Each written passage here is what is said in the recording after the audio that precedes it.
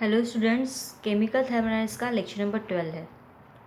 इसके पहले के लेक्चर में हमने फर्स्ट लॉ ऑफ थर्मोडायनेमिक्स देखा था। उसके बाद हमने formulation for first law of thermodynamics देखा था, जिसमें हमने फर्स्ट लॉ का इक्वेशन डिराइव किया था, that is nothing but the delta U is equal to Q plus W. That is the equation for the first law of thermodynamics, delta U is equal to Q plus W. And उसके बाद हमने first law of thermodynamics अलग अलग process के लिए निकाला था। अलग अलग प्रोसेस मतलब आइसोथर्मल, एडियाबैटिक, आइसोकोरिक, आइसोबैरिक, और उसके लिए हमें अलग अलग टाइप के इक्वेशन और अलग टाइप का रिलेशन भी मिला था। ठीक है, नाउ हमारा एक न्यू टॉपिक है, दैट इज़ एंथैल्पी। हमने ये देखा था लास्ट प्रोसेस जो हमारी थी आइसोबैरिक। तो आइसोबैरिक जो प्रोसेस होती है तो उसका एग्जांपल जनरली कौन सा है कि जो भी रिएक्शन हम ओपन कंटेनर में कैरी आउट करते हैं एट कांस्टेंट एटमॉस्फेरिक प्रेशर पे। ठीक है, और स्पेशली ये रिएक्शन हम लेबोरेटरी में करते हैं, क्योंकि लेबोरेटरी में हम बहुत सारे रिएक्शन ओपन कंटेनर में करते हैं और वो भी कांस्टेंट एटमॉस्फेरिक प्रेशर पे करते हैं। तो उस केस में उस रिएक्शन में जो हीट ट्रांसफ़र के जो चेंजेस होते हैं वो हम रिप्रेजेंट करते हैं एंथैल्पी के टर्म में। मतलब एनर्जी का चेंज जो है वो किसे रिप्रेजेंट करते हैं, H, that is the enthalpy. Enthalpy से ही हम उसको कितना एंथैल्पी चेंज हुआ है, मतलब कितनी हीट रिलीज हुई है, कितनी हीट एब्सॉर्ब हुई है, वो हम एच से रिप्रेजेंट करते। तो इसलिए हमें नया टॉपिक देखना है, दैट इज़ द एंथैल्पी। ठीक है, so what is enthalpy?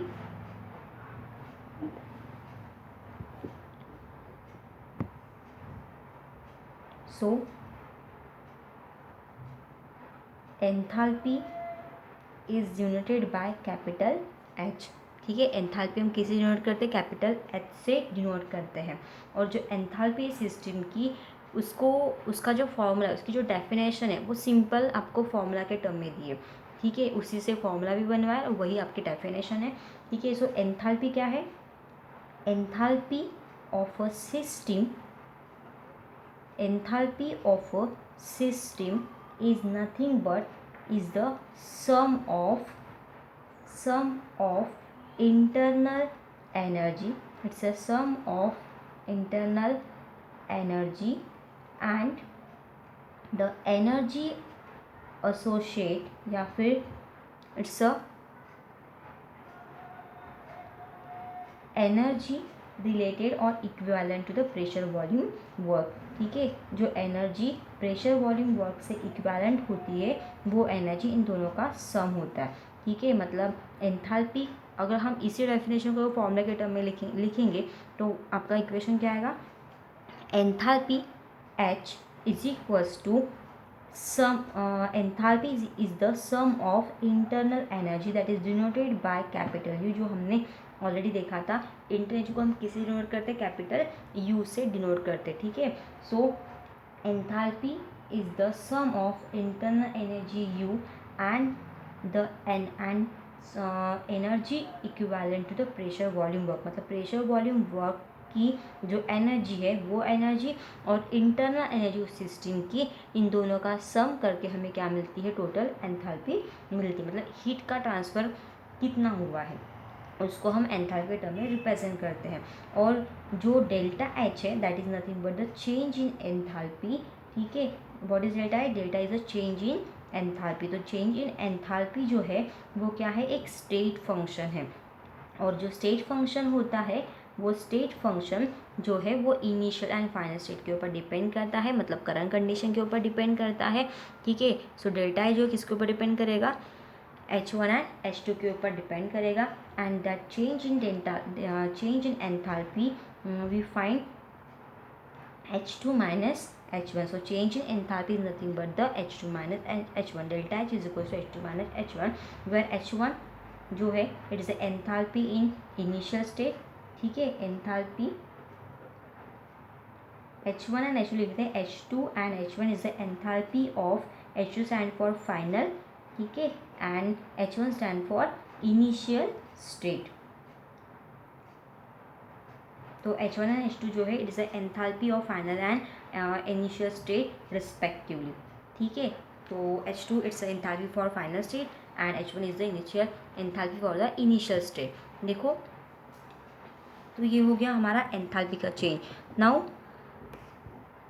Next point देखो कि अब हमें चेंज अगर निकालना है, डेल्टा एच अगर निकालना है, मतलब चेंज इन एंथैल्पी अगर निकालना है, तो चेंज इन एंथैल्पी निकालने के लिए चेंज इन एंथैल्पी अगर आपको निकालना है तो हमारे पास फॉर्मूला है। बट बिफोर दैट हमारे पास फॉर्मूला कौन सा, delta H is equal to H two minus H one, ये फॉर्मूला है। बट बिफोर दैट हमें एच वन एच टू के लिए अलग एंथैल्पी का इक्वेशन लिखना पड़ेगा। सो हम लिखेंगे एच वन, इसको हम इनिशियल स्टेट के टर्म में लिखेंगे, तो H one is equal to U one plus P1 V1, that is the equation for initial state, and for final state H2 is equals to U2 plus P2 V2। ठीक है, तो ये दो equation होगी initial और final state की। अब हम इक्वेशन नंबर, ये हमारा equation number 1, change in enthalpy equation number 2, अब हम ये पुट अप करेंगे इक्वेशन नंबर 2 में। Put this equation number 2 became, अब इक्वेशन नंबर 2 क्या हो जाएगा, equation number 2 became delta H is equals to H two minus H one है, एच टू की जगह पे लिखेंगे U two plus P two V two, is equation number is in one bracket. Now minus H one मतलब U one plus P one V one, ठीक है, in another bracket. Now हम इसको आगे सॉल्व करेंगे और ब्रैकेट को भी ओपन करेंगे, U two plus P two V two minus U one plus minus minus P one V one, same term हम एक साइड में लेके जाएंगे, यू और यू की टर्म एक साइड में लेंगे, मतलब U two minus U one in one bracket plus P two V two minus P one V one. अब देखो U two minus U one मतलब क्या होगा, जैसे H two minus H one is equal to delta ही होता है, वैसे U two minus U one is equal to क्या आ जाएगा, sorry, U two minus U one is equal to क्या आ जाएगा, डेल्टा यू आ जाएगा, ठीक है, and plus P two V two minus P one V one is equal to आएगा डेल्टा पी वी आएगा। बट अगर ये प्रोसेस एट कांस्टेंट प्रेशर पे अगर हो रही है, अगर ये प्रोसेस एट कांस्टेंट प्रेशर पे हो रही है, तो इन दैट केस अगर ये कांस्टेंट प्रेशर पे कैरिएट हो रही है तो यहाँ पे पी जो है वो कांस्टेंट रहेगा, तो अपना इक्वेशन क्या आ जाएगा, delta H is equals to delta H is equals to delta U plus ये पी कांस्टेंट है, मतलब इनिशियल फाइनल से दोनों सेम रहेगी, मतलब P one is equals to P two is equals to P, तो चेंज इसका कांस्टेंट रहेगा, मतलब ये पी बाहर निकल जाएगा, सो पी इंटू आएगा डेल्टा वी, तो ये अपना इक्वेशन हो जाएगा delta H is equals to delta U plus P delta we. अब इस इक्वेशन को आपको कंपेयर करना है, इट्स इक्वेशन नंबर थर्ड, ठीक है, ये हमारा इक्वेशन नंबर थर्ड है, delta H is equal to delta V plus P delta V. Now आपको इसके पहले आइसोबैरिक प्रोसेस के बारे में बताया था कि आइसोबैरिक प्रोसेस भी कांस्टेंट प्रेशर पे ही होती है, और उसको जब हम आइसोबैरिक प्रोसेस को जब हम प्रेशर अप्लाई करते तो हमारा इक्वेशन क्या आता है फर्स्ट लॉ के लिए, तो ये आपको थोड़ा याद रखना पड़ेगा, जो हमने ऑलरेडी देख चुके हैं, आप उसको एक बार देख लोगे तो आपको आइडिया है कि इक्वेशन कहाँ से आया। तो it is the equation for isobaric process and it is the first law of thermodynamics that applicable for the isobaric process. So QP is equal to delta U plus P delta V, यही equation हमें मिला था कहाँ पे, first law of thermodynamics जब हमने apply किया था आइसोबैरिक प्रोसेस के लिए, तो हमें यहाँ पे ये इक्वेशन मिला था QP is equal to delta U plus P delta V, that's equation number 4। अब इन दोनों इक्वेशन को हमें कंपेयर करना है, equation number third and equation number 4 को कंपेयर करो तो क्या मिलेगा, ये दोनों टर्म सेम है, ये टर्म और ये टर्म सेम है, इसका मतलब ये दो टर्म भी सेम रहे, तो हमारा इक्वेशन क्या आएगा, delta H is equals to QP and Q is nothing but the heat transfer at constant pressure। तो in that case हम क्या बोलेंगे कि delta H is the change in enthalpy, so change in enthalpy of a system is equal to the heat transfer from it at constant pressure, ठीक है। so what is enthalpy, delta H is the enthalpy, change in enthalpy is equal to heat transfer at constant pressure। तो ये हो गया हमारा last equation, ठीक है, तो ये हो गया हमारा एंथैल्पी के लिए इक्वेशन। आई होप आपको ये समझ में आ गया होगा। हमने क्या किया था, पहले हमने एंथैल्पी के बारे में देखा था, तो एक बार रिवाइज कर देते फटाफट। तो enthalpy of a system is the sum of internal energy and the energy equivalent to the pressure volume work, मतलब H is equal to U plus P, U stand for internal energy and P is the pressure volume work, that is nothing but the pressure volume work type of energy. So change जो है, तो delta H हमें change निकालना है, हमें आगे continue करा। तो डेल्टा एच जो है वो एक स्टेट फंक्शन होता है, मतलब it depends on the final and initial state. So H1 and H2 it's the enthalpy for H1 stand for enthalpy of initial state, H2 is the enthalpy of final state. Now हमें इस equation में put up करना है, तो हम पहले H1 और H2 के टर्म में हमने इक्वेशन निकाला। H1 is equal to U1 plus V1 V1, H2 is equal to U2 plus V2 V2। Then उसके बाद हमने इसको इक्वेशन नंबर 2 में पुटअप किया, तो हमें इसको सॉल्व करके, ब्रैकेट को सॉल्व करके हमें इक्वेशन क्या मिला, delta H is equal to delta U plus P delta V. और इसमें हमें क्या ध्यान में रखना है कि यहाँ पे जो प्रेशर है वो कांस्टेंट है। हमने अगर एज्यूम किया कि यहाँ पे प्रेशर कांस्टेंट है, तो मतलब P1 is equal to P2 दोनों सेम है, मतलब P है। अगर प्रेशर कांस्टेंट, तो ये चेंज तो होगा नहीं, जैसा का वैसा रहेगा, तो इसलिए हमने इसको डेल्टा के बाहर निकाला। तो ये जो है वो जो डेल्टा है वो प्रेशर और वॉल्यूम के लिए, बट प्रेशर दोनों सेम है और वो भी कांस्टेंट है, इसलिए कांस्टेंट टर्म इस डेल्टा के बाहर निकल जाएगी, चेंज नहीं आएगा वहाँ पे। इसलिए delta H is equal to delta U plus P हमने डेल्टा के बाहर निकाला, क्योंकि प्रेशर चेंज होगा नहीं, और डेल्टा का साइन क्या इंडिकेट करता है, चेंज, इसलिए हमने डेल्टा के साइन के बाहर प्रेशर को निकाला, क्योंकि प्रेशर कैसा है, कॉन्स्टेंट है। तो delta H is equal to delta U plus P delta V, that's this is the equation for the change in the enthalpy. Okay, and now इसी के जैसा जहाँ पे प्रेशर कांस्टेंट होता है वो प्रोसेस कौन सी होती है, आइसोबैरिक। तो इसके लिए हमने फर्स्ट लॉ का इक्वेशन निकाला था। तो आइसोबैरिक प्रोसेस के लिए जहाँ पे प्रेशर कांस्टेंट होता है उसके लिए हमने फर्स्ट लॉ का इक्वेशन फाइंड आउट किया था, वो मिला था हमें QP is equal to delta U plus P delta. इसके पहले के लेक्चर में मैंने आपको ये बताया है, ठीक है, एक बार देख लोगे तो आपको क्लियर हो जाएगा। इवन आप बुक में भी टैली कर लोगे तो आपको पता चल जाएगा। So QP is equal to delta U plus P delta V. तो इन दोनों इक्वेशन को जब हमने कंपेयर किया, दोनों का जो राइट हैंड साइड जो है वो सेम है। अगर दोनों का राइट हैंड साइड सेम है, इसका मतलब लेफ्ट हैंड साइड भी सेम होगा। तो इसके अकॉर्डिंग हमें मिला delta H is equal to QP, और इस इक्वेशन का मीनिंग ये है delta H is a change in enthalpy is equal to heat transfer, क्योंकि Q किसके लिए यूज़ करते हैं, हीट के लिए, and heat transfer at a P stand for constant pressure. So change in enthalpy is equal to heat transfer at constant pressure. तो ये हमें इक्वेशन मिला। नाउ हमें नेक्स्ट पॉइंट देखना है, relationship between delta H and delta U for the chemical reaction. Now हमारा next point आता है, एक्चुअली ये ब्लैक बोर्ड पर आपको ज़्यादा अच्छे से समझ में आता, ठीक है, तो पॉसिबल हुआ तो एक आधा लेक्चर में इसको ब्लैक बोर्ड पर आपको एक्सप्लेन करवा के दे दूँगी, ठीक है। सो नेक्स्ट हमारा टॉपिक है relation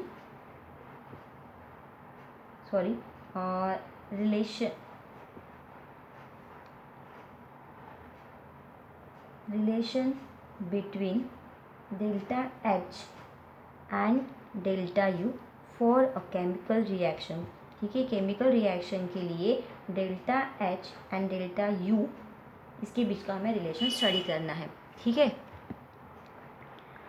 relation between delta H and delta U for a chemical reaction, हमें ये पॉइंट स्टडी करना है। और आपको पता है कि एट कांस्टेंट प्रेशर के लिए, at constant pressure delta H and delta U both are related, दोनों कैसे एक दूसरे से रिलेटेड है, ठीक है, रिलेटेड बाय इक्वेशन। कौन से इक्वेशन से रिलेटेड है वो आपको पता है, ठीक है। एट कांस्टेंट प्रेशर पे delta H and delta U both are related by equation. कौन से इक्वेशन से अभी हमने फाइंड आउट किया था, ठीक है, that is nothing but delta H is equal to delta U, pressure constant है इसलिए P बाहर है, डेल्टा V, ठीक है। इस इक्वेशन से एट कांस्टेंट प्रेशर पे delta H and delta U दोनों एक दूसरे से रिलेटेड है, ठीक है। अब ये हमें अप्लाई करना है केमिकल रिएक्शन के लिए। अब केमिकल रिएक्शन में हमारा जो रिएक्टेंट है वो कोई भी स्टेट में रह सकता है, सॉलिड, लिक्विड एंड गैस। अगर हमने कंसिडर किया कि हमारी रिएक्शन में जो रिएक्टेंट इन्वॉल्व हो रहा है वो कौन से स्टेट में है, सॉलिड या फिर वो लिक्विड स्टेट में है, ठीक है। For a reaction involving liquid and अगर सॉलिड एंड लिक्विड इन्वॉल्व हो रहा है रिएक्शन में, तब हमारा इक्वेशन क्या रहेगा, solid and liquid involve in a reaction. अगर हमारे रिएक्शन में सॉलिड या फिर लिक्विड इन्वॉल्व हो रहा है तो क्या होगा। अब देखो, सॉलिड एंड लिक्विड अगर रिएक्टेंट है तो सॉलिड एंड लिक्विड में उतना वॉल्यूम का चेंज हमें दिखता नहीं है। तो इन दैट केस जो रिएक्शन के टाइम पे जो वॉल्यूम चेंज होता है डेल्टा वी, वो बहुत ही स्मॉल होता है, is very very small. Indirectly हमें बोल कि वो बहुत ज़्यादा कम होता है, इतना कम होता है कि हम उसको निग्लिजिबल कंसिडर करेंगे। अगर वो निग्लिजिबल है मतलब वो ज़ीरो के समान है, अगर वो ज़ीरो के समान है तो डेल्टा भी हमारा ज़ीरो हो जाएगा। इट्स वेरी स्मॉल, या फिर हम बोल सकते हैं इट इज़ वेरी निग्लिजिबल, हम कंसिडर कर सकते हैं it becomes a zero, it's nearer about to zero. Actually वो निग्लिजिबल है, ठीक है, ज़ीरो है, तो इसका मतलब ये पूरी टर्म ज़ीरो हो जाएगी। अगर हमने इसको पुटअप किया delta H is to delta U plus P delta V, हमने कंसिडर किया कि ये पूरा ज़ीरो ही है, तो हम इस टर्म को निगलेक्ट कर देंगे। अगर हमने इसको निगलेक्ट कर दिया तो हमारा इक्वेशन क्या बनता है, delta H is equals to delta U. It is a equation for solid liquid and gas के लिए। अगर हमारे रिएक्शन में एज अ रिएक्टेंट सॉलिड और लिक्विड है तो उसमें वॉल्यूम का चेंज बहुत ही स्मॉल होता है, मतलब इनडायरेक्टली हम उस डेल्टा चेंज इन वॉल्यूम को निगलेक्ट कर देते हैं, इसका मतलब हम पूरी इस टर्म को निगलेक्ट कर देंगे, तो हमारे इक्वेशन में बचेगा क्या, delta H is equals to delta U बचेगा। ठीक है, मतलब उसमें internal change in internal energy को टू चेंज इन एंथैल्पी, जितनी इंटर एनर्जी में चेंज हो उतना ही उसमें एंथैल्पी का चेंज आपको मिलेगा। ठीक है, ये हो गया for the reaction involving in the solid ये reactant involve in the liquid and solid state. Now अगर इन केस हमारे रिएक्शन में अगर रिएक्टेंट अगर कौन से स्टेट में है, gaseous, for reaction involving for reaction involving a gases, अगर हमारे रिएक्शन में गैसेस इन्वॉल्व है तो उसमें डेल्टा वी जो है is not equal to zero, उसको हम निगलेक्ट नहीं कर सकते, वो ज़ीरो नहीं रहेगा, वो निगलेक्ट नहीं कर सकते, मतलब उसकी समथिंग वैल्यू रहेगी, मतलब वॉल्यूम चेंज होगा। अगर इनिशियल वॉल्यूम अगर V1 है तो वो 100% V2 में कन्वर्ट होगा, because it is not equal to zero, V1 V2 में चेंज होगा, वो हमें दिखेगा। ठीक है, सो हमारा इक्वेशन क्या है, delta H is equals to delta U plus P delta V, ये हमारा इक्वेशन है। ठीक है, तो देखो इसके मैं दो पार्ट बना देती हूँ यहाँ पे, तो हमें इसमें समझ में आ जाएगा। So delta H is equals to delta U plus P delta V हमारा इक्वेशन, और यहाँ पे गैसेस इन्वॉल्व हो रही है, तो गैसेस में वॉल्यूम चेंज आपको 100% दिखेगा, वो ज़ीरो नहीं रहेगा, मतलब V1 to V2 something change मिलेगा। तो देखो वॉल्यूम चेंज हो रहा है, मतलब हम डेल्टा वी की जगह पे V2 माइनस V1 लिख सकते हैं, तो हमारा इक्वेशन क्या आएगा, delta H is equals to delta U plus P, constant है, वॉल्यूम में चेंज हो रहा है, और वॉल्यूम का चेंज हम कैसे निकालते हैं, डेल्टा वी कैसे निकालते हैं, final volume minus initial volume, और वो वॉल्यूम हमें दिखेगा इसलिए हम उसको लिख सकते हैं। नाउ इसको आगे सॉल्व करेंगे। ठीक है, सो यहाँ पे आएगा delta H is equals to delta U plus P V2 minus P V1।